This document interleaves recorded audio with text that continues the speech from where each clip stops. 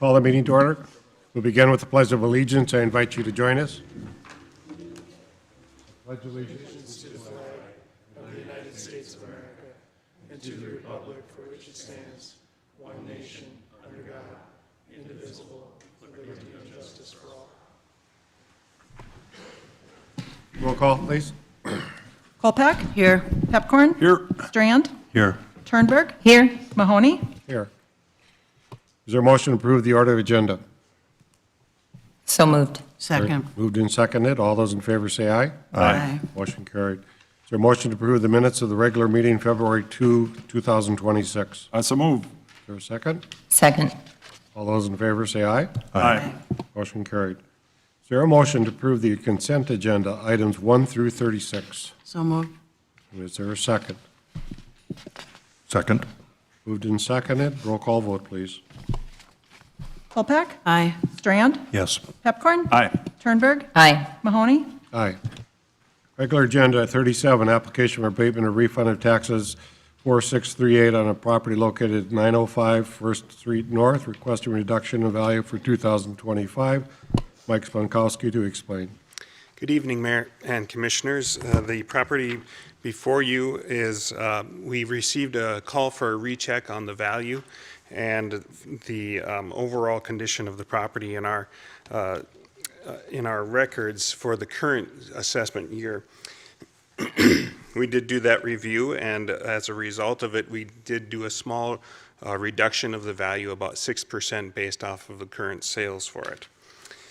As a result of that, the owner filed an abatement that is currently before you, saying that the prior year's value should be the same as the current year's value. Our analysis showed that there was many comparable sales to this property, and the value is well supported as well as equalized between the comparable properties. There are some issues with the basement of the property, but the overall condition of the property is an average condition. So with that, we are recommending that there's no change in value on this abatement. The owner may be present and wish to speak to this, and I will stand for any questions. Is the owner here wanting to speak to this? Are there any questions the commissioners have of Mike? Otherwise, do I have a motion to retain the certified value? I'll make the motion. Is there a second? Second. Any discussion? Roll call vote, please. Pepcorn? Aye. Turnberg? Aye. Kolpak? Aye. Strand? Yes. Mahoney? Aye. 38, applications for property tax exemptions improvement made to buildings. Do I have a motion? So moved. Is there a second? Second. You guys are trying to slow my meeting down today. Come on now. Let's get hip with this. I'm going to try to beat Pepcorn's 16-minute meeting or whatever. Roll call vote, please. Kolpak? Aye. Strand? Yes. Pepcorn? Aye. Turnberg? Aye. Mahoney? Aye. 39, bid award for downtown parking operator, Cole Crutchfield to explain, and Mike as well, or Mark as well, I'm sorry. Good evening, Mayor and Commissioners. Tonight in front of you, I have the introduction of the Selection Committee's results for the open RFP we had for the municipal parking operator services. And members of our Selection Committee are also here, and if you perchance have any questions for the chosen operator, he's also present if you have some questions, happen to come in town today. So you might remember, actually back in 2023, the commission asked us as part of the Finance Committee to do an audit and review of our entire parking system. And we shared those results with you in a study in 2025. And then working with a parking consultant, we had this informational meeting with the City Commission. And then in October, you asked us to request an RFP. We have an existing contract with Interstate Parking. It is expired. It has 6 different parts of it and had been amended and modified over the years, and it was time to renew that. It was a 10-year-old contract, and we were basically on a month-to-month type of contract. So the Selection Committee, unlike when we did this back in 2014 and had the Parking Commission at the time, this time we had 6 or 7 different departments, including the finance department, engineering, police, public works, facilities, and information services. And in the second interview, it included representation from DCP, and Commissioner Pepcore was able to join us a little bit in some of those interviews just to see the breadth of that work. And I will say we didn't go into this process expecting to recommend somebody other than our incumbent, and we're surprised on the process, and it shows you a little bit about the extensiveness of the process and what we learned along the way. And we'd be glad to share that with you as Mark is here representing the selection committee if you have any questions. The criteria we used for the review included qualifications, professional services, and budget and costs. We had 5 submissions from all over the country, including our incumbent. We interviewed initially all 5, shortlisted to 3, and then did a second round of interviews. This is the score sheets that we have, and PCI Services, who we're recommending, was the first candidate, and you can see the 4 other candidates and how they scored. I would say our incumbent was actually the third eligible candidate, and we have a different candidate as number 1.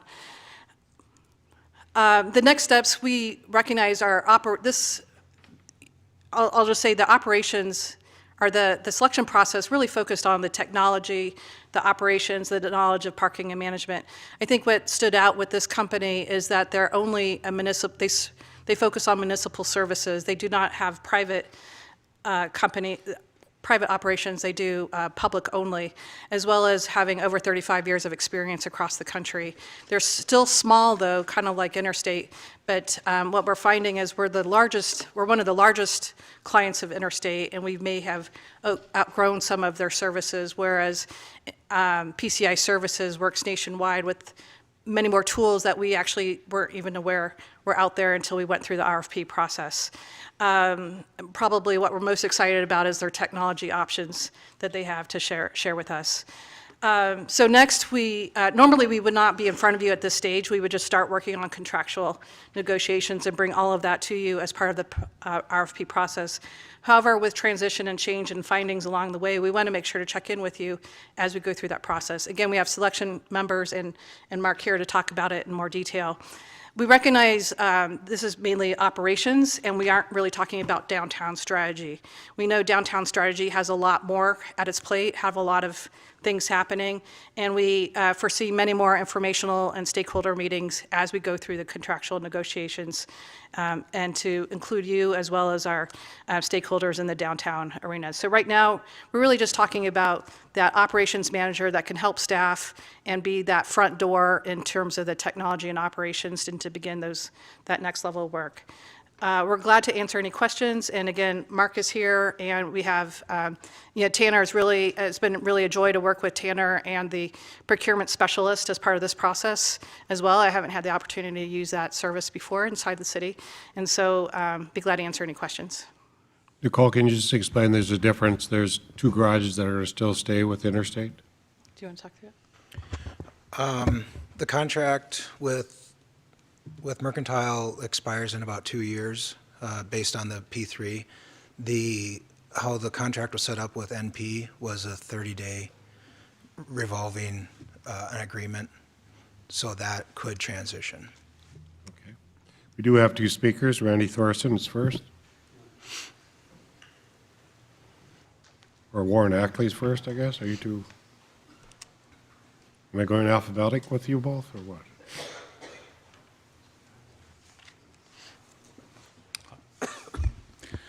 My name is Warren Ackley, and just have 3 points that I want to highlight here. The first one being that I've been in downtown Fargo for 48 years, and the same issue comes up every year, and it's usually about parking. This parking issue needs to be resolved in order for downtown to progress. That's why I'm asking for more time to table this recommendation that the city staff has before you today involving new management of parking downtown. I believe that we need more conversation and more transparency regarding the decision for parking lot management. The second point right now is that there is a citywide survey going on regarding food vendors. Interesting. Food vendors are allowed on the city property and sidewalks because they have purchased a $50 permit to use city sidewalks and public areas downtown. Right now, there are 9 vendors that have permits for a total of $450 a year coming to the city. If you look at the parking ramps and street parking, we have potential to bring in $1 million with the parking agreements that are in place. We don't have a city survey going on for the parking issue. We have one for city vendors for $450. Very interesting. I think more conversation needs to be done regarding this parking situation and with the stakeholders, with business owners, building owners, and residents. The third item is the decision made by city staff, again, regarding NP Avenue. We have 2 buildings, 2 businesses on NP Avenue. NP Avenue has been under construction for the last 2 summers, and fortunately, our businesses remained open. NP Avenue at one time had 4 lanes of traffic. In the new design, that has been reduced to 2 lanes of traffic with 2 lanes of parking and 2 8.5-foot lanes of bike lanes adjacent to the sidewalks. No one really understands this idea, including me. There are no street signs regarding this new arrangement, so people are confused. When people are confused, they will sometimes refuse to come back. This decision was brought to you by the city staff with no involvement of people on the streets that are there every day, in building owners, business owners, residents downtown. I am in downtown every day, and I've never seen a bike on any of the bike lanes. Bike lanes take up 1/3 of NP Avenue right now. It makes you wonder. All of these things can be corrected with better communication with all people involved who are trying to keep downtown in the right direction.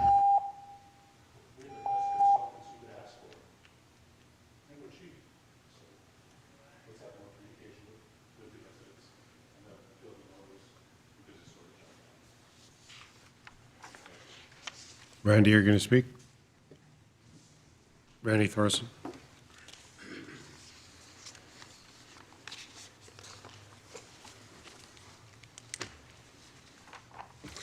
Randy Thorson. And so the last few days I've been piling through some of your studies, your parking study, your city commission brown bag discussion, and I think what we're talking about here is we've had no chance to discuss any of this with any of the city staff. When it came down to this brown bag discussion, you could come to it, but you can't ask any questions.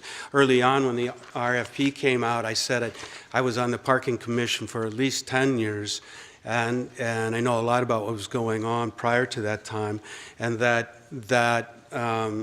I'd like to have been on the committee to ask some of the questions, and they would not allow me to be on that committee, only city staff. Some of the questions that I see, they're so numerous through the entire study. But I think to start with, I'm just going to get to the fact that, last year you lost $541,000 on your bottom line. Well, that's the prior year you had $340,000 in revenue, so you had an $800,000 swing in losses. And I just wonder, we never had those kinds of things when we had a parking commission, and so I wonder where all this money goes. By 2032, you have to have $900,000 in increased revenues. And I wonder how you're going to do that. The brown bag lunch says, how are we going to get there? And it says we're going to modify the municipal code. We're going to increase the fines. Doesn't sound too inviting or welcoming for people to come downtown. The one thing that we worked on for years and years and years, we did that. When we had your first parking ticket, it was free, so that you got to say, oh, I understand how this works now. The other thing is to utilize shorter time limits on the streets to promote turnover and long-term parking. That means to get them into the parking garages. But they want to take away the 1 hour free parking, or the 2 hours that you have on some free parking, and then they want to extend the parking into the evenings and the Saturdays. Well, you can't do that because you have agreements with people like myself, with certain groups, that you have to have free parking after 5 and all weekend. That is a group. So the marketing study that they have here, is that it? Is that how that works? Got 15.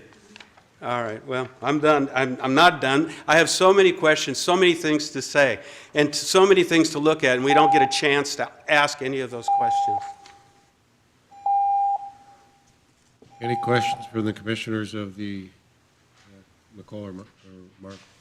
So just a few things. First of all, Interstate did an excellent job for us, and I think we were very fortunate to have them. And the way I would describe it is we're gradually maturing as a downtown with our parking. And so the thing that I got to sit on some of the interviews, and the thing I like the best is it will now be a combination of all these things, the on-street parking, the flat parking, and the ramp parking. And so I do think to have it combined, so it's a combined effort, that's very important.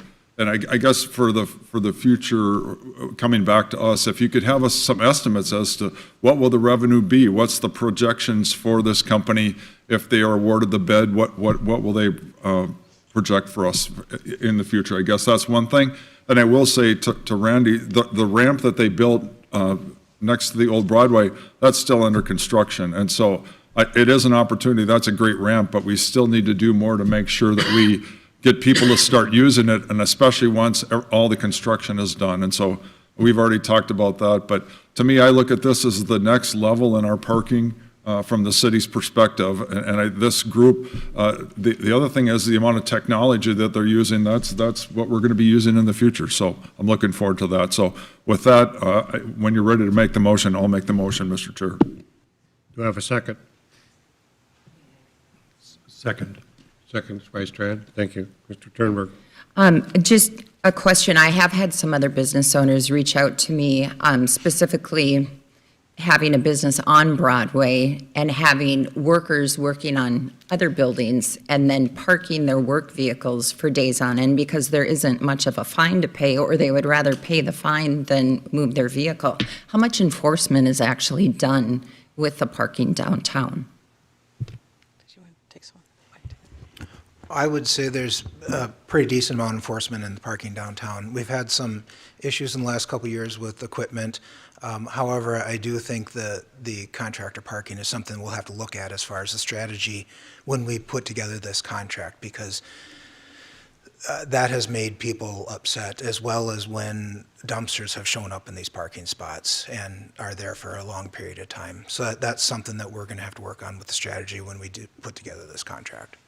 I think you make an excellent point. Sometimes businesses are working on a building there, and then they park right in front all day, and they take the fine. So we do have to look at our ordinance for that, because that's not right. They shouldn't be taking parking that other people would want to park in those areas. Commissioner Kolpak? Yeah, a couple comments and a question.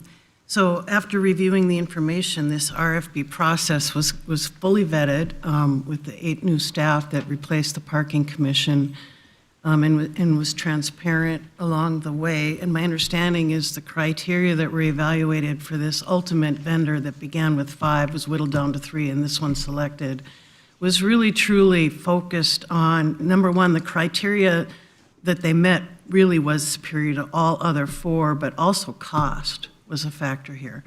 So, excuse me. And so can you speak to the conversation we had earlier about operations versus next steps in strategic involvement with community stakeholders and the transparency that's going to happen when it comes back to commission for final approval? Yeah, absolutely. And I will say to Randy and Warren's feedback, I certainly appreciate those comments and concerns. We've evolved a lot as an organization since, I've been here since '07. I had the privilege of working under Jim and Bob Stein, and to watch the, I think we're on our 4th DCP administrator since I've started.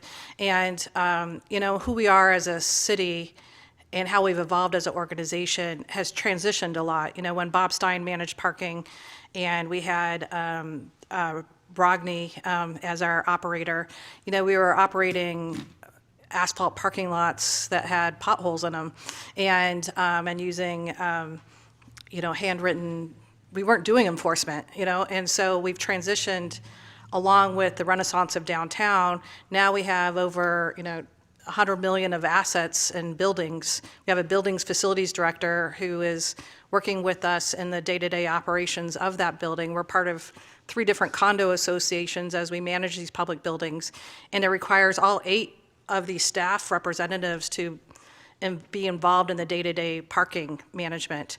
There's still absolutely the need for public engagement, community outreach, the evolution of downtown. Obviously, we have these, kind of veteran business owners who've survived a lot of transition in downtown, and that's very important. I think parking is part of that formula, and admittedly, the planning department with the community, with DCP, with BID, works on that strategy development with the downtown task force and community at large. So you can see us having future informational meetings and focus groups. It's really going to be some really hard decisions on ahead of us. Randy's not wrong in terms of those financial operations. We have a debt management of these facilities. The reason the 2-hour free parking went away is because that finance went into the debt management program of that ramp. And so when we saw that wasn't quite working, we did work with Kilbourne, the operators of the Avery ramp, to remove that. That's like in the days coming. So there's a lot to think about on a daily operations. I think this future vendor, whether it's PCI or others, really will become a staff lead in this discussion and work with the 8 departments and with us. I think I can't remember if I just said this, but one of the things that distinguishes this is that they work purely in municipal operations as opposed to other investment priorities that we see with the other vendors. And so that was one of the things that we were party to, our interest to. But yes, there's a long-winded answer to, I think, as much as the city commission will give us in their time, we are glad, and the public, to work with these difficult strategy discussions moving forward. Could that representative just come to the podium and introduce themselves, please? Jack, would you? Yeah.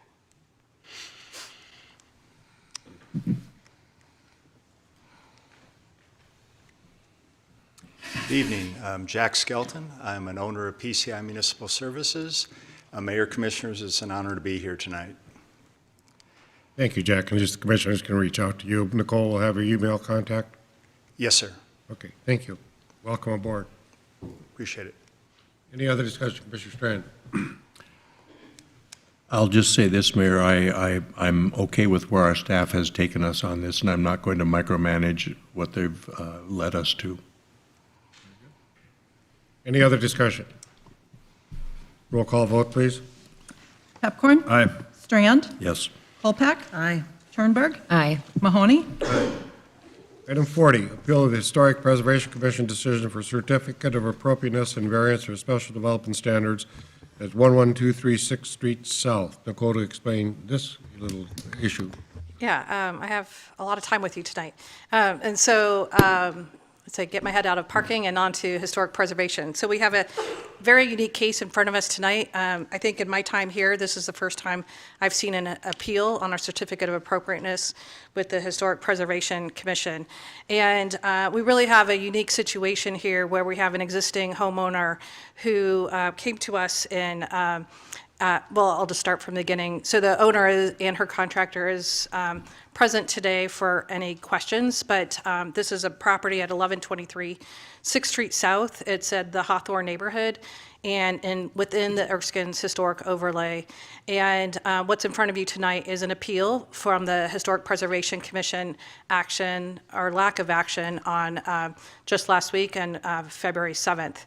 And in front of you tonight is when an appeal happens, you, the commission, hear this as if it's a new case. So you're open, you don't necessarily need to consider the factors at the HPC. You're here to use the factors related to you separate. I will say it does require a supermajority to support this appeal. And so I'll explain the case in more detail. So we have an existing home. It's the gray house on the left-hand side, and they have started construction. It's almost done, where they're adding to the almost double the square footage, or a quarter of the square footage to the west. And back in September of '25, they came in front of the Historic Preservation to receive a certificate of appropriateness. They received that certificate of appropriateness and were off in received their building permit and were off doing construction. And it wasn't until January of this year, the inspector went by the site and was doing some of their final inspections and noticed that there was changes on site. And so the inspector notified us.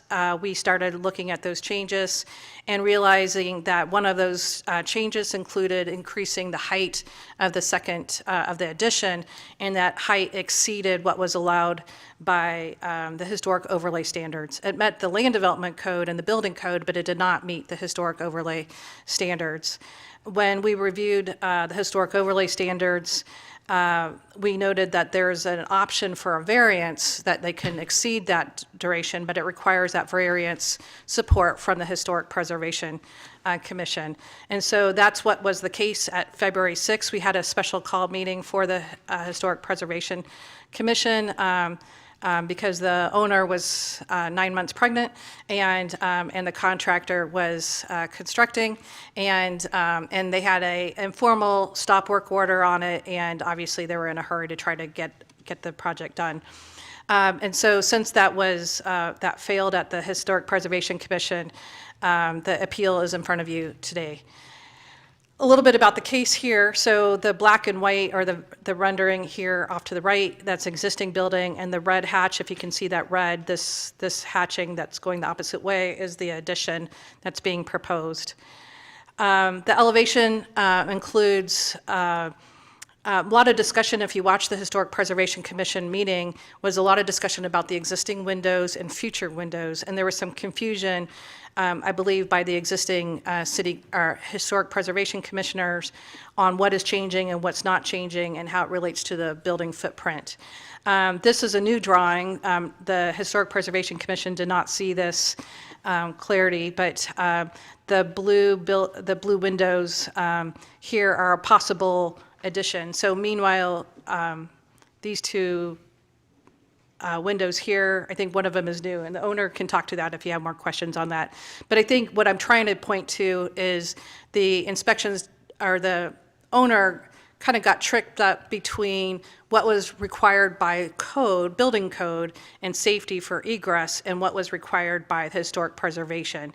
And in my mind, the inspections review is more important. The egress standards should drive the permit. And at that point, they hadn't had the inspection solution figured out yet before it came in front of the Historic Preservation Commission. So it's a little confusing. And so with that, you'll see, I'll come back to the windows here in a minute. So this is the addition. I will say the value of the building construction is close to $250,000 of investment. And so this shows you the building and construction. And what is in conflict with the historic overlay is the fact that this addition is about 5 to 8 inches taller than the primary building. And by the historic overlay standards, they aren't allowed to exceed the roof height of the existing building, but based on the rafter height and some other inspections things related to interior of the building, the roof height bumped up a little bit. And so the variance in front of the historic preservation was, can this addition be taller? And the Historic Preservation Commission denied that review, denied that approval. These little windows here, so it's kind of unique. You'll see this little window on the existing building and then these two little windows off to the side. Those created quite a bit of conversation at the HPC if you watched the last meeting. And partly the conversation quite honestly became a little confusing, and that's where I'm making the recommendation that the inspections and egress should drive that decision. So, so inspections, the good news is inspections and the applicant are working to confirm the window changes, and I believe Sean is here to answer any questions related to that. And and then just as a reminder to look at the appeal, it's like it's a new item. One of the things that we are are trying to relay. It's outside the purview of the Historic Preservation Commission, but I believe it's within your purview as city commissioners, is really what the Core Neighborhoods Plan is trying to encourage as part of this work, as well as the growth plan of 2024.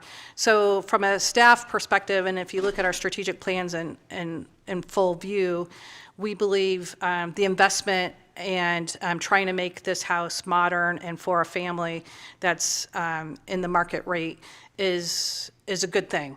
And so the conflicts between the building code, the historic preservation ordinance, which will be looked at as part of the LDC review, is difficult. I will say in your packet, the owners, I'd say the customer service handoff between the planning department and inspections and working directly with the homeowner, some miscommunication happened there. There's a lot of different staff contacts along the way for a homeowner, and I will say since then, Sean's office and my office have worked to get that better service. We have a lot of new staff in the mix there and trying to get that solidified. So we are asking for your consideration of the variance and therefore the certificate of appropriateness. So the new mother can move into her new house accordingly. And we're here to answer any questions. We have other staff here, and the homeowner and her contractor are here to answer any questions. Any questions of Nicole by commission? You have a motion. I'll make the motion to Is there a approve. second? A second. Any discussion? I would say I'm pretty confused from all of these variances, and I can't imagine. So if there was a lack of communication between all the different departments, apologies. That is a wonderful investment into the core neighborhood. Congratulations on your new baby. Any other? Commissioner Strand? Thank you. What teeth exist in our historic preservation ordinances? I'm sorry, John, can you repeat that? What teeth exist in our historic preservation ordinances? Honestly, it's a bane of our existence, as well as I'm sure you've probably heard from sitting board members as well.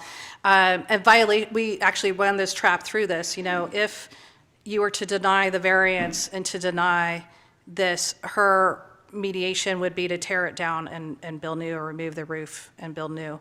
Otherwise, we can fine them, and that fine would have to go through municipal court, and we'd have to have those findings related to how the judge would rule. And I think those findings are typically $1,000 a day or a mediation. And so when we look at zoning code violations and the teeth with that, it's difficult to implement to that degree. I think that this is an interesting, and I'd like to sit down with the Historic Preservation Board members. I haven't had a chance since February 7th in this meeting, but we have, Heather Fisher as their chair. She's been one of the subcommittee members, and I, as well as a couple other, Mike Dawson and Nathan Larson and Matt Breen, who are on the board, have been part of the LDC focus groups. And we do see this as an element that can get ratified somehow in the new LDC. And so we're working on that right now. If I might continue. I'm an old building hugger, and I have a history of fighting for historic buildings. This just seems odd to me that our Historic Preservation Commission is going down. I'd rather see them fight for old buildings that are at risk, rather than somebody trying to improve a building. And I don't know that's just I'm surprised by this.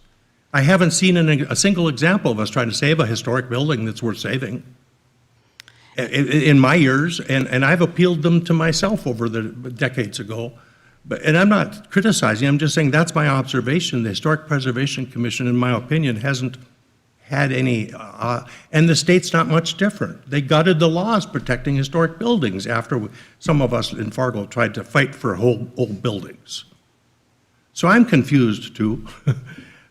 We certainly wouldn't, I'm anticipating, you're not saying we go fine them and penalize them. You're saying find a way forward and get this done and passed and tweak it in the future so it doesn't happen again? Is that how? Yes. I'm on that page. But I'd like to see our Historic Preservation Commission either exist and do something real, or not, like our other boards and commissions? I believe that's going to be a heart of discussion as we go into the next months. Maybe I'll take this opportunity, maybe for a nanosecond, to do an update on the LDC. In a few weeks, we'll start having some more virtual meetings with what we call Code Connect. It connects with the focus groups. Those are public, and we've advertised those. But starting in March through the summer, you're going to start to see some draft outreach and some more deeper dive into details like historic preservation, core neighborhoods. Those, right now, everything's been really high level, and we're going to be getting in those. But I'm hoping this aspect will get ratified with the new land development code. I would just like, to John's comment, is that it almost like the builder got ahead and we're ahead and we're building and we're there, and then it's like, whoops, we did something wrong. It'd be better if we look at our communication, the track forward in the future, just because I think if it all had been worked out prior to them even starting building, we wouldn't be where we are today. But congratulations, you've done a nice job of making the house better. I'm happy to see you investing in the neighborhood, and it looks like a wonderful addition. I think it'll be fantastic for your family. So if there's no other discussion, roll call vote, please. Kolpak? Aye. Turnberg? Aye. Pepcorn? Aye. Strand? Yes. Mahoney? Aye. Recommendations and report from the Arts and Culture Commission. Explanation. Nicole, you're up here all day today, huh? Nicole Crutchfield to explain. I've been up here for 6 months, and now I'm in front of you Yeah, all I night. know. Holy cow. So no, the Arts and Culture Commission, we are in front of you tonight as a result of, we were talking about this already, but January 4th, as a reminder for the public, there was discussion about our volunteer boards and commissions, namely the Arts and Culture Commission, the Human Rights Commission, and the Native American Commission. Over the last year and a half, ever since we made a budget request in 2025 that was denied, if you will, we knew we were going to be refocusing our work over to figure out what that future looks like. And so over the last year, we've been having quarterly work sessions with the Arts and Culture Commission, and prior to the January 4th meeting, you guys just beat me a little bit. We were getting ready to come in front of you to basically just change our operations. And what we're proposing tonight is to let the sitting ordinance sit, and basically our operations of not meeting unless we actually have business items. And those business items would include, a grant just came to us, or a nonprofit came to us with, I'm thinking of the Red Ball as an example, where the Plains Art Museum and universities came to us and said, we have a community grant we're trying to do. So it's very specific elements. We're not meeting just to meet, and we're not meeting just to brainstorm and do. But, and so if we were to procure or proceed with any public art projects, we would be back in front of the City Commission to validate that work plan. Otherwise, we're kind of recommending keeping that ordinance on the books as is, unless you want to see something otherwise. So I'm glad to answer any questions. Mr. Kolpak. Yeah, thank you, Nicole, and to the staff, but also thank you very much to the Arts and Culture Commission, who have been working on this and having conversations over the past year. Thought it was important we bring it forward since the work really had concluded. And it was really their recommendations that I support and endorse that are part of this memo. It's also very similar if you think about even the work of the Historic Preservation Commission, the Economic Incentive Committee. We have other commissions that meet like this today as needed. And again, speaking to the origins of this request were to continue to find efficiencies and stay focused on core mission of the city. This clearly, to me, answers both of those calls, and I appreciate the work of the commission and certainly support and endorse this. Any other discussion? Do you have a motion? What is the motion? Pardon me. The motion is basically to continue with the Arts and Culture Commission as stands, with the understanding it will meet as needed on specific projects. It will no Basically, and longer it's on be the second quarterly or page. monthly. I- Mr. Turnberg. I would say, as a wonderful example, the Native American Commission has rallied and created their own group meeting on Monday night, going to make sure that they continue their work, but not to be part of the city, but knowing that they can reach out to us anytime if they have something that they want to bring forward. I would say we disband the commission, still meet, absolutely have the arts people meet that are already meeting. It doesn't have to be part of the city, and when there's an agenda item that would be appropriate to bring forward, you have 5 people that you can contact, and we can put something on the agenda anytime. Mr. Kolpak. Chair. Yeah, in response to that, the difference with the Arts and Culture Commission is the city does hear from grantors and who come forward with projects like this specific to the city. And having this group as needed on call, like the Historic Preservation Commission, to do the work on behalf of the city when requested is the difference in this case. In addition to on-call, there are a number of construction and infrastructure projects where we can interject and include public art as part of the final concepting, which is very much city work. So I would make the motion as I described on the second page. Is there a second? I'll second it. Just understanding, Nicole, cost-wise, his staff is basically the cost. If we had a meeting, just they would have this facility. It's not going to cost us to have it. But Yeah, I think in operational, so the operational difference is that basically I don't see any foreseeable work in the near future. And so from a staff energy load, there's basically none. And so it would be, if I got a call from the National Endowment for the Arts and they say, we have $1 million for the city of Fargo, then I would be contacting you. But otherwise, we're not really meeting until we can have actual work items. And actually, if you got a grant, you'd be able to charge administrative costs back to the grant Right. anyway if you had Right. to. Mr. Strand. Thank you. A question or two first before I think out loud. What's the role of the arts partnership going forward under this proposal? That's a great question. So I think right now, we're not proposing any changes. I think that's a question for you in the 2027 budget process. So right now, there are a line item in the city budget for $90,000 for the Tri-Cities grant. We have to remember that work sits outside the Arts and Culture Commission. That is basically a small granting for not small groups that's administered completely by the Arts Partnership. So city staff doesn't even touch that money, if you will. It's just a line item in the budget that's been in place for about 50 years. But it's separate and apart from this. In terms of the planning department's work as administrators of the current administrators of the public art program, we have very little involvement with the Arts Partnership unless there was some sort of community event where there's a co-sharing of duties. My second question, you maybe kind of alluded to this, Nicole, was this entity was created in 2012. Mm-hmm. Before that, what did we do if there were grants, like the National Endowment for the Arts or other grant? How did that work then if there was no Arts and Culture Commission? We would probably maybe work with the Arts Partnership in that Okay. in that arena. Now I'll make my comments. I've lived and breathed in the arts world here in Fargo for decades. I don't think there's anything more important and valuable in a community than art and culture and that. But I also don't know that I just feel like we're kicking the can down the road and putting life into nothing. We're taking away a commission that had some hope and some opportunities, and we whittled it down to the point where it's ineffective and nothing's happening, and we're going to call it an ad hoc committee and let it continue, and who's going to appoint them? Who are they going to be? What's the value for them being there? I just think it's almost an insult to those folks in that community to say, well, we're going to call you when we need you, but we don't need you. We may.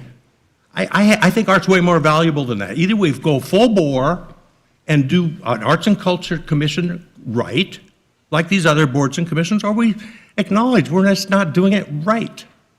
And I'm of the mindset, let it go. That's where my head's at. This, to me, is just not a way forward that's going to solve anything except put a little pablum on some people that say, well, we don't want to offend you. But it is offending, kind of, when that's their life. And it shows that we don't respect art like we should. Actually, I'd love to see a $500,000 for art. Do something significant. Be quantifiable, be palpable, be visual, do art. The Sodbuster is a great example. We have a world-class example next to us with the Sodbuster. But anyway, I'm just of the mindset, until we come up with my position is until there's a real compelling reason to bring people to the table to fight for arts. Unless there's something you're fighting for, don't waste their time. We have one public speaker on this item, Christopher Cohn.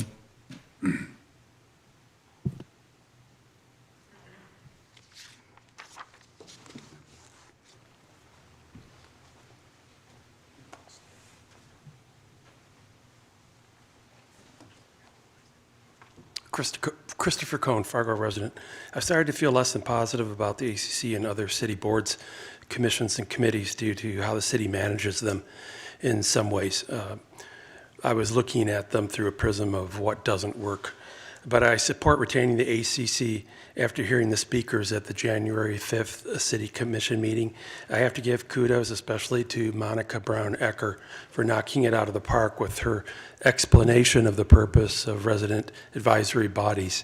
For residents to donate their expertise to local government, I would add including their skills and experience while creating a transparency function for the city, being public-facing, open to public observation, participation, and scrutiny via the open records and meetings law. I support keeping the ACC intact for use when the work is next needed, which may be a year from now. I think this is an opportunity, though, to tweak it to make it better. It has certain weaknesses that can be addressed to make it more effective, starting with not having complete control by one individual, the director of the associated department.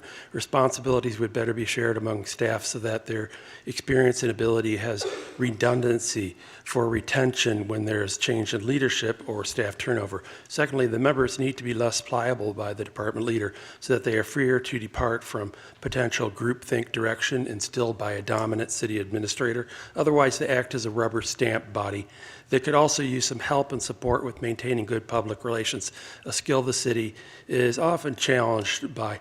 With all of them accessible to city residents, helpful, and never less than entirely friendly, while also being encouraged not to reject art donations to the city based on competitive relationships with other community artists. The example, rejecting art because it's not fair for the artist that created and donated it will get work into City Hall when they, the ACC members, had to work hard to get their work accepted. Less competitiveness would be a more constructive and responsible tact. I request a written response to the following question. Do you have any ideas to improve the ACC to function better when its work is next needed? Thank you. So I think the committee or commission has worked hard to come up with a solution, Commissioner Strand, and I think that oftentimes it's no different than this historic group that gets together. Oftentimes we don't call them together, but we do sometimes call them together. And I think for Nicole over the years, sometimes the Arts Commission has had questions of what to do about this or what to do about that. And rather than deliberate that in the commission, it's been deliberated by people and artists that are in the community. Advisory-wise, is they can advise us on a variety of things, and there may be some grants that come forward. As you recall, the Sodbuster cost a fair amount of money, and for us to get that, that was fantastic. But we had to work with a lot of national people to get that and have that happen. And they've done things within City Hall and activated the arts in that area. I think this Commissioner Kolpak was a compromise on their part, and it seemed to be a reasonable compromise at this point. But they're appealing to be an advisory. They come together if the staff needs them, and there may be things in the future. Commissioner Strand, to your point, I hope the artists and the art and culture community does reach out and do a variety of different things. I was very encouraged by the Giving Hearts Day, in which a lot of the different artists got money donated to their organizations to continue to thrive. Symphony, different groups that are out there that got people to donate to it and do feel strongly about the arts. So I'm going to support this going forward. And the other two commissions are looking at it. I think Commissioner Turnbull did reference the Native American Commission is looking seriously at what they need to do. HRC is looking at getting into the community, working more to get involved with community leaders. So it has been a wake-up call for many of these commissions, but I think this is a good solution for this commission. Any other discussion? Roll call vote, please. Kolpak? Aye. Pepcorn? Aye. Strand? No. Turnberg? No. Mahoney? Aye. Dave Slabowski, Immigration-Related Enforcement and Use of Force Overview. Good evening, Commissioners. Thanks for the opportunity to give you some insight into the Police Department and how we deal with immigration-related issues. This is certainly an issue that has a lot of concern in not only our community but across the country based on a lot of things that have happened in the last 30 to 45 days. It can cause a lot of stress and concern with the communities, relationships between the police, and a whole bunch of other issues. Fortunately, we have not had any significant issues in Fargo, which is good. Our folks do an outstanding job of balancing the constitutional rights of everyone, all sides of the equation, and ensuring safety for everyone.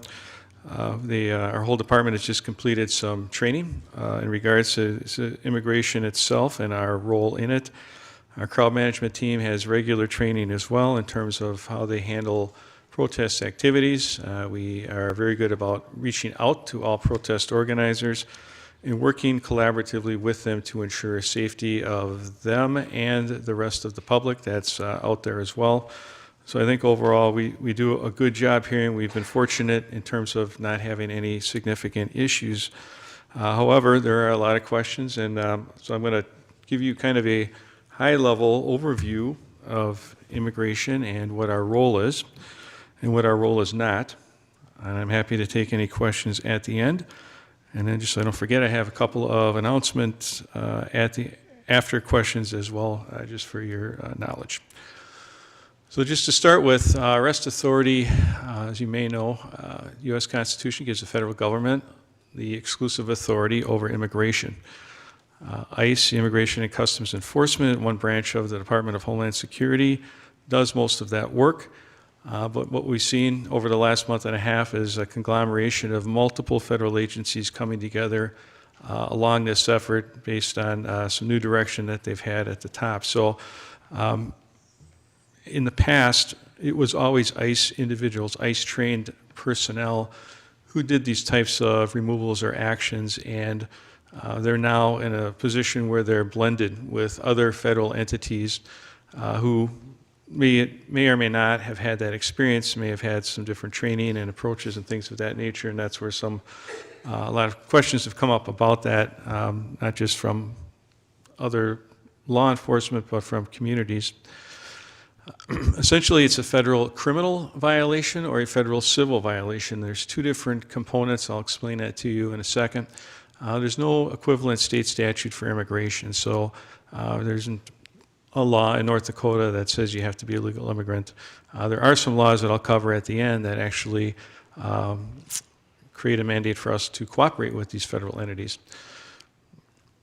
There's also what you might hear of an exception to the 287G agreement. So that is a federal statute that allows local and state agencies to sign agreements with the federal government, in essence kind of deputizing them to enforce immigration crimes, make them part of that particular group. Our department is not a 287G department, nor would we do that, especially at this juncture. We have plenty of local policing to do. I'm not aware of any 287G agencies in our region.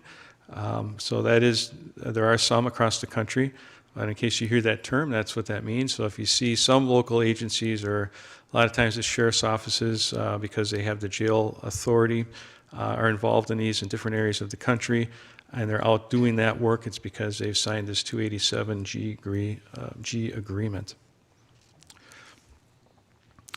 So there's two categories. So criminal is best described as unlawful entry. So these are criminal immigration violations. Improper entry, meaning someone has entered our country not through a port of entry. That's a felony criminal violation.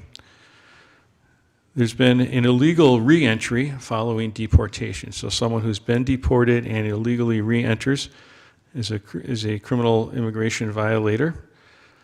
and if they enter fraudulently through a port of entry, but they use false documents to gain that immigration status and benefit, that's also a criminal violation. The civil violations, overstaying a visa or a student visa, visiting visa, whatever that is, violating terms of the visa. You're working here to work and you extend and you don't go back when you're supposed to. Those are all civil immigration violations. And then remaining in the United States after being ordered to leave. So if you're here, likely on one of these visas, you don't leave when you're supposed to, they order you to leave, that's a civil violation. So in essence, the things that we are or would be involved in, and I'll go through this in more detail, would be the criminal side of that. We have no authority or dealings in terms of civil violations from a seizure, arrest, anything like that type of aspect. There's actual or alleged violation of state law or city ordinances. Those are where we get involved. Our big focus in these efforts, of course, is peacekeeping across the board for both the safety of the public, the safety of law enforcement that is there, be it state, federal, or local, who is involved in their particular actions, and or traffic control. So that's our, in terms of immigration operations, that would be our role. I think that's a safe presence, and I think it's a safe thing for the community to see if there is some type of large operation. We have local police out there to ensure everyone's safety. Hopefully people find some comfort in that and making sure that we are there to keep everyone safe while that particular action takes place. We have no means, of course, to prevent another entity, the federal government or a state government, from carrying out their lawful authority. So you might have heard some discussion about that. That's not legal for us to do. What we can do is make sure that it's carried out as safely as possible. So a couple of terms here I'll describe briefly, but if an officer has reasonable suspicion that an individual already lawfully contacted or detained committed a criminal violation of a federal immigration law, they may detain the person for a reasonable period of time in order to contact federal immigration officials to verify whether an immigration violation is civil or criminal. And so what happens with these, the feds have entered in, I'm sure it's well over 1 million entries into the National Crime Information Center, NCIC, which is a teletype computer-based crime information system that all law enforcement uses. So when we stop someone on a traffic stop, or we stop someone during a temporary detention or some other contact like that where we have lawful authority and we're stopping them for that reason, we run them through the system. And it's like when you check your driver's license, we check if they're wanted. There could be an NCIC entry that indicates that they have some type of immigration-related violation. There's a number with that. We've also got a number here for our local ICE contacts, which are based out of Grand Forks, that we would then call just to verify if this is civil or criminal. If it's civil, we don't have anything more to do with it. If it's criminal, we'll discuss that here in just a second. If criminal, we can continue to detain them for a reasonable period of time for federal immigration officials. No individuals otherwise ready to be released should continue to be detained only because questions about their status are unresolved. That last sentence pertains mostly to your jails and things of that nature who are holding people. For our part, if there's someone that we have stopped for some other lawful purpose and they have a verified, confirmed criminal immigration violation, either the federal immigration officials would come there and take custody of that person, or if it was going to be a period of time, we would convey them over to the Cass County Jail, who would hold them under that criminal immigration for those officers to pick them up. If we have probable cause to believe that they have already, they're lawfully detained and they are here on a criminal violation, same thing applies. And anytime we have a criminal immigration offense in which we are involved in any of that detention-related activity, our shift commander will be notified on that so they can track that as well. And if that's confirmed, again, ICE will pick that person up, or they'll go to the jail for that criminal violation pickup, and that's our only involvement in those particular violations. I'm not aware that we've had any of those since all of this has started with the enhanced immigration. So at this juncture, that hasn't been any issue. We have talked with the sheriff's office, and they are available to hold individuals for criminal violations. These are some of the statutes that were codified in this last session's House Bill 1303. So you'll see that we can't be, or by statute, can't be prohibited from cooperating with federal agencies related, any federal agency, but to this point, especially immigration and so forth, to verify information. The other part here has to do with what's commonly referred to as a sanctuary city. You know, the city of Fargo couldn't recognize a non-citizen unlawfully present. And so that is state statute that we also have to follow. And then this is kind of how we do it based on that policy. And then just going to some of the use of force questions that came up, you know, the application of force, especially deadly force, is not based on a particular crime or instance. I think there was a request to disallow deadly force on any immigration-related violation. That's not a lawful interpretation or possible. The use of deadly force has very specific parameters. It's used to protect your life or that of someone else. Or there's a fleeing felon rule as well that's in there, but essentially that's how deadly force is applied, and it doesn't matter if it occurs as a result of a traffic stop and someone pulls a gun out and now we're in some kind of a deadly force situation, or we're making an arrest and something happens, or the police are attacked and respond.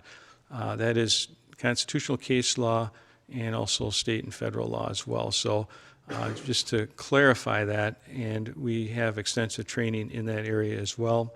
Our officers do an outstanding job of minimizing the use of force across the board. We do our annual review of our statistical data, and our use of force related to calls for service and also related to those that we arrest are less than 1% of those particular total numbers. So we don't have to use force very often. When we do, we use it appropriately. That completes the overview. I'm happy to take any questions. Questions by any of the commissioners? Mr. Stern, I think you had the questions about this. Well, I really wish the community could have a discussion about this more than just being talked to about it, because it's so complicated. And Chief, and I understand, you know, you're representing our law enforcement, but for the life of me, I just don't know what's the difference between us and Minnesota. What's going on there versus here? Well, I can tell you what I think the difference is. I would like to know. Sure. One of the big issues that has caused a lot of problems, I mean, there's things on both sides of the house that could be done better, should be done better. In fact, if you watch, the ICP was out in front of this right before this even happened, calling on all of these entities to convene and kind of tone this down. But in some instances, Minneapolis, for instance, has an ordinance that forbids their officers from cooperating with federal immigration. So you are pitting one police agency against another, and you are also putting everyone in a position where when something happens or begins to get unruly, the local cops are going to have to respond anyway, but they're in a position where, by ordinance, they're not really supposed to be doing this. So are they considered helping them because they're trying to keep this from erupting into some kind of a uncontrolled riot, or a lot of people are going to get hurt kind of situation? So I think collaboration and partnership are the key to all of these things on both sides, with the community, with the other agencies, so that this can be safely carried out. And the way I describe it is, just like we would not, Fargo PD going and carrying out an official duty, making an arrest or doing whatever it is we do, we would not look kindly, and it would be illegal for someone to try and intervene in that official law enforcement action. It's the same thing if a federal officer is conducting a federal law enforcement action. And so certainly the right to protest that and have different opinions about it, everyone recognizes, and that's fine. But the due process piece of our law is not on the street when there's an official action taking place. It's in a court, or it's through, going through those agencies and making complaints about activity that was either wrong or illegal. And we're seeing that start to play out now, right? Some of these instances in Minneapolis, we're finding out the details now, and some of it's not looking very good. And the appropriate actions, I'm sure, will be taken. But to protect everyone's safety, trying to, litigate it or argue about it or confront people about it in those official actions is dangerous for everyone, right? And so we try to minimize that as best as we can. And what triggered my reaching out to you last week, Chief, was many of us maybe saw a news release with the pictures of 3 residents or people that were reportedly or allegedly involved with traffic, blocking traffic in front of ICE agents. But I've never, in my years, I've never seen faces of individuals put out and sought out like that through our law enforcement agency to find them, to help them be responsible for their stopping ICE from, it just was an odd moment. I've never seen that. And it made me wonder, is this what our flock cameras or our real-time crime systems are used for? Or at what point, because we hear these things of other jurisdictions and states and places where somebody gets caught on a camera and they have a 15-year-old warrant for a traffic violation, and all of a sudden ICE is breaking in their front door. But this situation in Fargo, help me understand what happened. Why were their faces put out to the media? Well, first, I would caution everyone about what you see, social media, etc. A lot of it is not accurate, and it perpetuates perception and belief, just like when we talk about crime. Our crime's down 17%, but some people think that there's a lot of crime here. The statistics say otherwise, right? And so the perception that is formed, in fact, in our most recent survey, it was pointed out very, very accurately, I guess, or very kind of forthrightly, that 65% of those perceptions are from media reports. And so remember that what people see is what they pay attention to, it's what they start to think, and all of a sudden it pertains to everything. And so just suggestion number 1. In terms of what happened here in Fargo, that was a protest, and there was activity that happened not like what you described, that we observed to be above and beyond what we believe was protected First Amendment protest. And we've referred that matter to the city attorney's office, and we'll see what the municipal judge does with that. And we absolutely do put pictures out all the time about people that we're trying to identify. What they committed there is an infraction. That's a crime, just like a misdemeanor or a felony. And we put people out routinely to try and identify them. And the other point I'll make on that issue is that we have a very good track record of working with groups here. And we've had, in fact, it was about a month ago, maybe a month and a half ago, I did an interview complimenting the organizers of the protest because they worked with us. They followed the law. They protested peacefully without issue, and that's fine. We're 100% supportive of that. This group did not want to do that. This group would not work with us, and so we weren't able to have that kind of activity, and then this happened. So our only option really is to identify that and take appropriate action. Not that we're getting in the middle of someone's protest, because that would be more problematic than it would be worth. But we have other measures to do that, and yes, that is how some of our technology helps us, so that hopefully we can educate these people, or maybe they will be more willing to work with us in the future rather than do things that cross the line because other people have the same rights that they have in those situations. And so that's the balance that we're constantly trying to navigate. I'll let others ask questions. Actually, Christopher Cohn's going to comment because he is public speaking.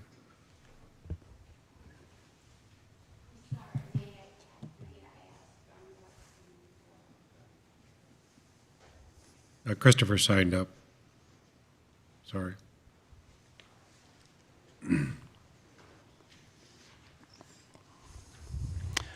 Christopher Cohn, Fargo resident. At the last City Commission meeting, I commented on the need for clarification by the city about when law enforcement in Fargo of any type, whether a city public safety or other government unit, may use lethal force. Although this issue may have been politicized. It is a matter of public business, as Fargo law enforcement is authorized to use lethal force in limited circumstances, officially at least. I asked you for a written response to the question of, could you clarify the policy? I've not received any response. With regard to what our chief talked about, the issue here is, can the city protect the public here in Fargo? That's the issue. And as to the claim that the Minneapolis police cannot engage with federal immigration authorities, they do. Because they just regularly overlap with federal immigration authorities in space and in time. And they get involved with each other, and that will happen here too if the federal immigration enforcement descends on the city too. So the FPD could end up involved in incidents in which federal immigration authorities illegally use of lethal force. That's happened twice against American citizens in Minneapolis in January. So the question is can this be clarified? And is there anything the city can do to protect citizens here? We need to protect the public here. People are getting murdered. As federal immigration law enforcement may descend on the city and force at any time, my other question that I request a written response to is, could you clarify when any law enforcement operating within the city's borders may legally use lethal force, as well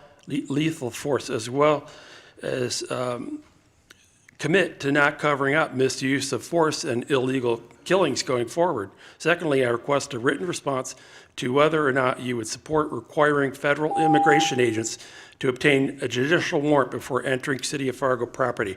I think the city needs to do what it can to protect the public here. Thank you. Any questions of the commissioners of the chief? Yeah, if we can go back to that presentation, I told Mr. Cohen, I apologize, but on the slide, it's got our policy and the link to our website where you can read those policies on use of force. That's all I have, sir. I think you had an announcement you wanted to. Oh, yeah, good. See, thanks for helping me remember. Two, actually. So next Monday, the 23rd at 11:30, we'll be hosting a press conference at Gateway Commons at the PD to go over our 2025 crime statistics. So you're all invited to that. And also on the 26th, next week, at 6 o'clock at Public Health, we'll be hosting our Beat 3 meeting. So you're also invited to attend that. I'm sure that'll be pushed out on social media, but just to bring both of those events to your attention while I'm up at the mic. Mr. Strand, you had one other question. Thank you. And Chief, I'd like to thank you and your department for what you do. And please know we have your back. And the people are hoping you all have our back, and I think you do. I'll just lay it out this way. The situation in the world is not pretty right now, and what's going across the country right now isn't affecting us the same as is other cities and other places in the country. And I'm hoping it doesn't come to our doorstep. And I'm guessing you're going to know before any of us what comes our way and what's coming our way and what we're going to be looking at and facing and what our citizens are facing. But it's just really trying ugly times. And we're all challenged to be the best citizens we can be. And we do have people in our community who are terrified, who don't dare to look outside, who don't dare talk to others, who don't dare go out into the public, who don't dare go shopping in schools even sometimes. We do have people who are absolutely terrified for probably no reason almost all the time. So that's my concern, is how do we get back to a state of getting along with each other and peace with each other and respect for each other. And this isn't so much a local issue, it's this national stuff we're looking out there and going, I hope this doesn't happen here. I hope we're not the next Minneapolis. And I just have the highest regard for law enforcement and what you and your department are doing here. And I'm knocking on wood. We're fortunate that we're a red state. We're not having the same issues blue states are having. So thank you for your work, and thank you for your attentiveness and hearing the concerns of the people. I'm guessing you know this way better than I could ever articulate it. Yeah, well, no, thank you on behalf of the department. Appreciate that. And we are doing everything we can to maintain that safety and transparency. Liaison Commissioner assignment updates. Commissioner Pickburn. Commissioner Turnberg. May I make one response to the chief and the comment? Sure. Yes. Sorry, I missed that. Yeah. That's okay. I absolutely think we need to protect residents just like Lake and Riley. Thank you, Chief, for all you do. Thank you to all your officers for serving. Thank you to the ICE officers, the federal officers for serving. I asked my good friend who's a new American if she was nervous. She laughed in my face. She thought it was hilarious. Why on earth would I be nervous? You can be the nicest person in the world and go rob a bank. You're still going to be charged with armed robbery. So thank you for what you do. Thank you for protecting us. I will continue to support police and ICE. Thank you. Thank you. And any liaison report in addition to that? I think you have something about the library. I do. Well, I actually have, we don't have engineering speaking tonight for the first time in a while. But I do want to share, engineering works very hard to get funds, so the bulk is not put on the City of Fargo. And the City of Fargo Engineering Department was recently notified by the North Dakota Department of Transportation that the city had been awarded a total of $10 million in grant funding for 2 projects, including 2.5 for the reconstruction of NP Avenue and 7.5 for a concrete pavement rehabilitation project on 45th Street. So those funds are part of the Prairie Dog and Grants program, but they have to go to the work to get the funds, to get that money. So thank you, Tom, and the engineering department for all that you do. You guys are hard workers. I have updates on happenings at the library on my Facebook page. Yeah, and just so we understand, Tom, normally we get about 24 million in Prairie Dog funds. This is 10 million over 1 year or 2 years? So what's changed on Prairie Dog Fund? We used to get the funding, now we have to grant apply for it. This is fantastic that the city did this well, but just bear in mind the City of Fargo and Prairie Dog Funds typically is 12 million a year. Yeah, so this is a new form that was created through this last legislative session. So our direct allocation was reduced pretty significantly from last biennium to this biennium by about $20 million. But then this new funding opportunity came about, which is Prairie Dogs' grants. And so we applied for that, like Commissioner Turnberg just shared. We're awarded $10 million. The caveat with it is that both Prairie Dog Fund buckets have to fill in order for those grants to actually come our way. But we track that, and currently we're still on pace for that to happen within the biennium. Excellent job applying for the grants. We appreciate the hard work your team does. Thank you, Tom. My liaison report, just wanted to note that in the consent agenda, we had the Fargo Police Foundation that raised $86,000 to send officers to the Fargo Police to the National Police Week Wellness Conference attendance. 2 trikes. We got 2 more trikes. Everybody loves those trikes. And we got a new K-9. So we very much appreciate the foundation's work that helps us out. Mr. Kolpak.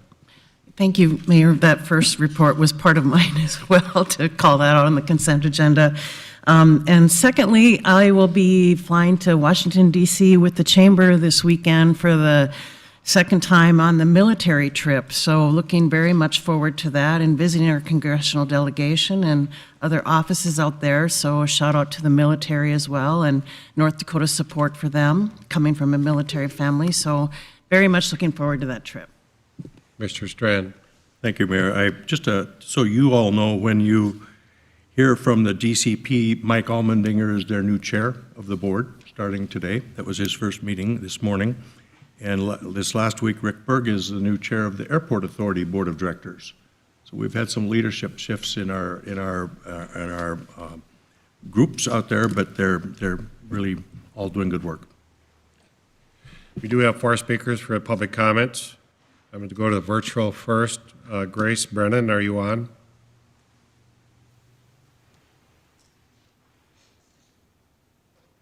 Grace Brennan?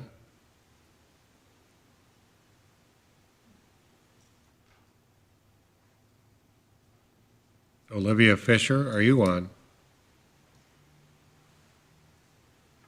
Archie, is there an issue?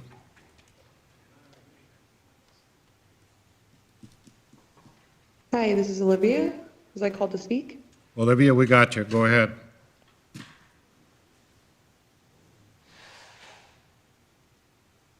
We had you. Hello? I think they just have everyone who's going to speak stuck in here. I don't think we're up yet. Oh, okay. I've been in here for a while, and that's what I've learned. So Okay. that's what's going on for me. Perfect. Thank you. Yup. Who's going first?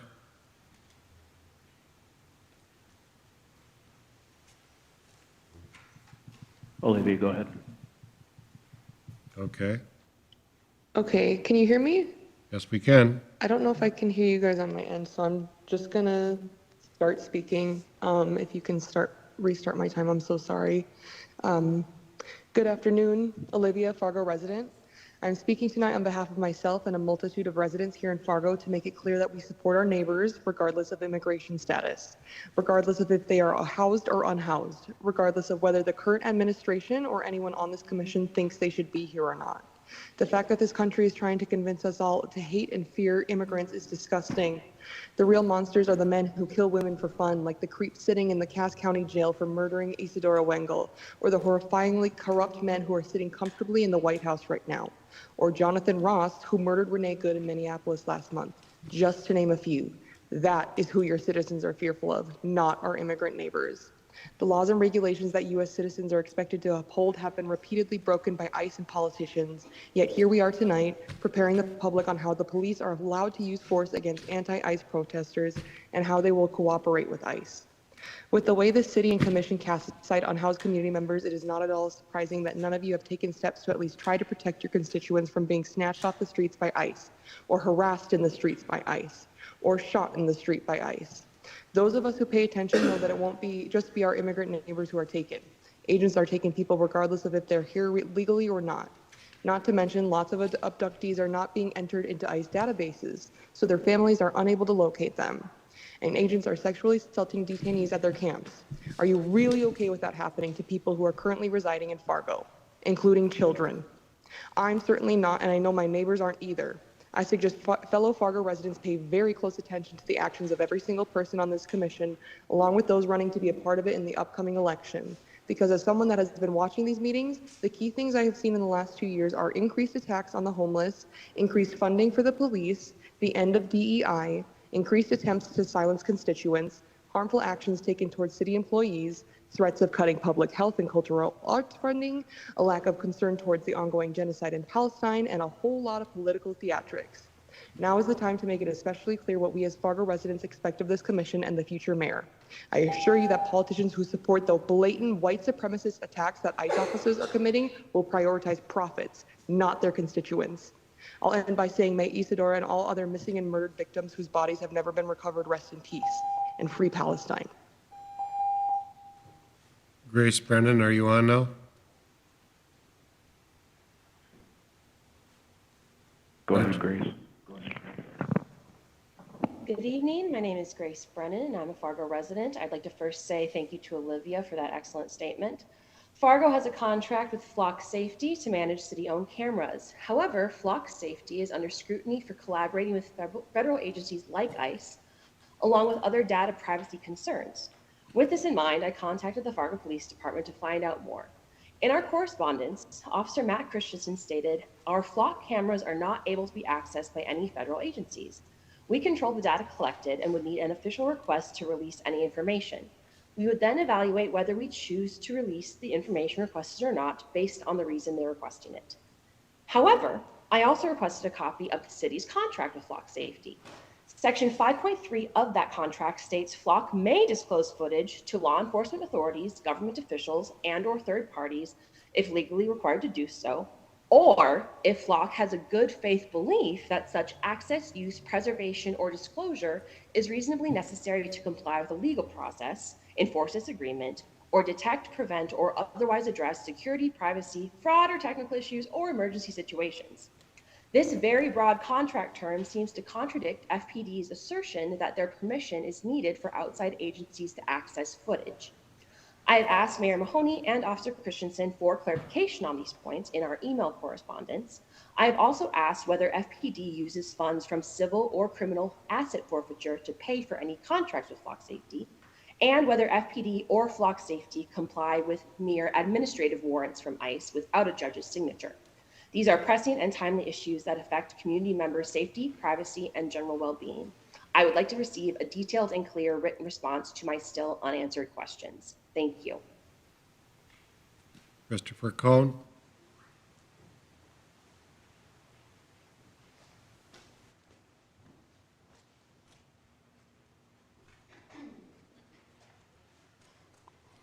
Christopher Cohn again, Fargo resident. I wanted to touch upon the issue Commissioner Strand mentioned regarding the police putting out the faces of the wanted the other week of the supposed leftist jaywalkers. So the city's been drumming into us that it will not take any positions on contentious issues, but then 2 weeks ago did an about face on that when the FPD took it upon itself to appear to support one political side against the other in a street dispute that endangered people and in which nothing short of warnings to all to ensure public safety was acceptable.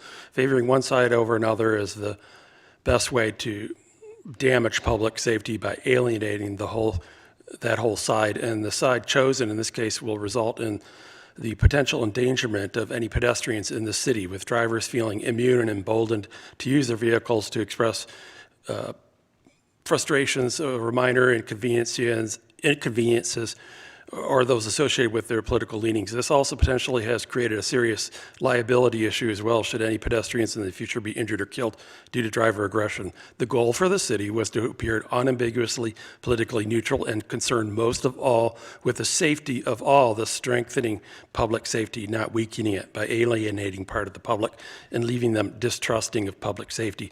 The basic functioning of the justice system requires people to trust authorities and cooperate as witnesses. The FPD's performance was a fail on all accounts. The question is, why would the FPD choose such a foolhardy, irresponsible, and dangerous course of action?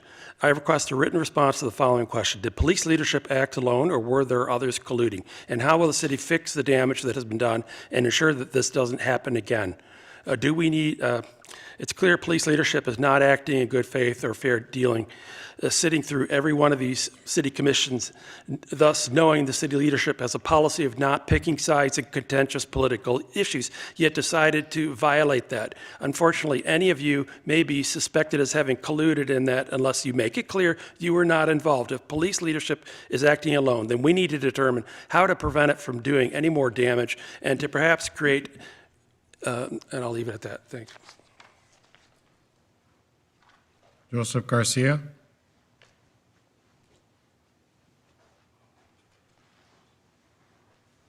That's the end of our speakers. Thank you. We adjourn the meeting.